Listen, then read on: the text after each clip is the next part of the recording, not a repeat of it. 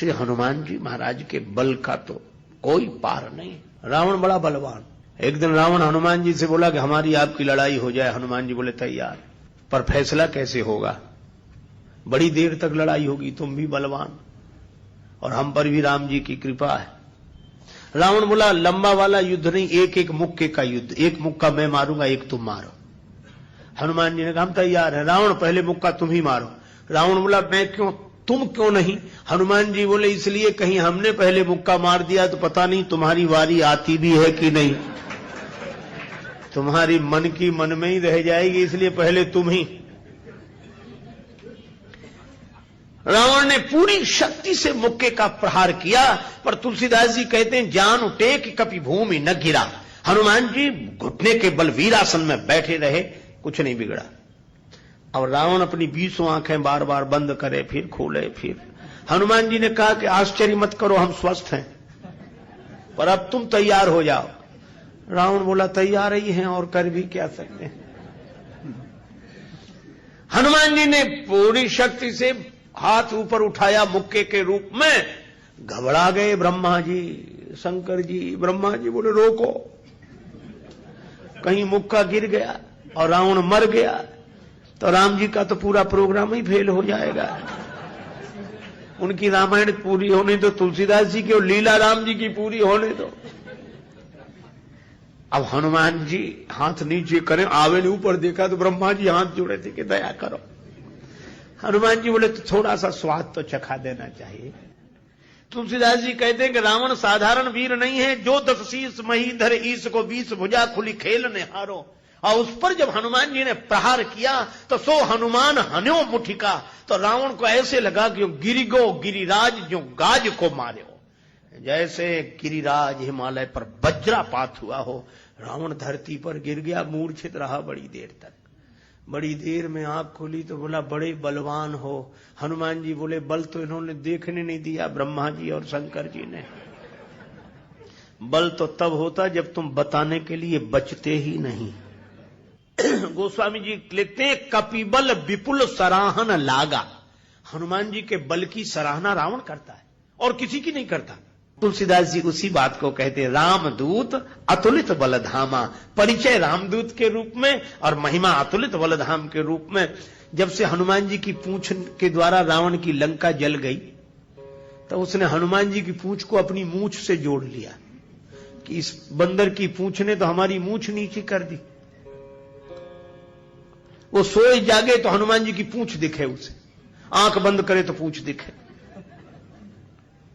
परेशान हो गया। और रावण को हनुमान जी की पूंछ सहन नहीं हो रही थी। पूंछ माने प्रतिष्ठा। पर रावण ने सोचा कि इस बंदर को पकड़वाएं। 4 तरह की सेनाएं भेजी, हाथी पर सवार सैनिक, घुड़सवार, रथी और पैदल। और चारों सेनाओं ने हनुमान जी को चारों तरफ से घेरा। लक्ष्मण जी को चिंता हुई। लक्ष्मण जी बोले प्रभु हनुमान जी अकेले हैं, 4 सेनाएं उन्हें घेर रही हो, गदा भी नहीं लिए हैं हाथ में, आज्ञा हो तो हम चले जाएं। राम जी बोले नहीं, जाने की जरूरत है लक्ष्मण, हनुमान जी अकेले ही काफी है। अतुलित बलधामा। अच्छा तो लड़ेंगे कैसे? बोले अभी देखना। और सच में लड़ाई शुरू हुई। चारों सेनाओं ने इकट्ठे होकर आक्रमण किया हनुमान जी को चारों तरफ से घेर कर। पर वारे बजरंग बली अतुलित बलधामम, वीर बजरंग बली ने जिस समय छलांग लगाई और ऐसी छलांग लगाई पवन के वेग को लज्जित करते हुए वीर बली बजरंग ने कि हाथी पर पहुंच गए। हाथी पर सवार सैनिक को नीचे गिरा दिया और पलटी खाकर विशाल रूप बनाकर हाथी को ही हाथों में उठा लिया। अब बोलो गदा से तो 2-4 मरते और हाथी जिस पे पटकेंगे 2-4 मरेंगे। और इतनी फुर्ती कि एक हाथ से इसमें हाथी, एक से उसमें हाथी, और दोनों हाथियों को ऐसे जो किया, हाथी सो हाथी मारे। हाथी उठा के हाथी पर पटक दिया। और इतने में घुड़सवार लोग आए तो घोड़ा उठाकर घोड़े पर और रथ उठाकर रथ पर। राम जी कहते वाह हनुमान वाह वाह वाह। 4 इन सेनाओं से, रथियों से, हाथी पर सवार सैनिकों से, घुड़सवार सैनिकों से अकेले लड़ रहे हैं।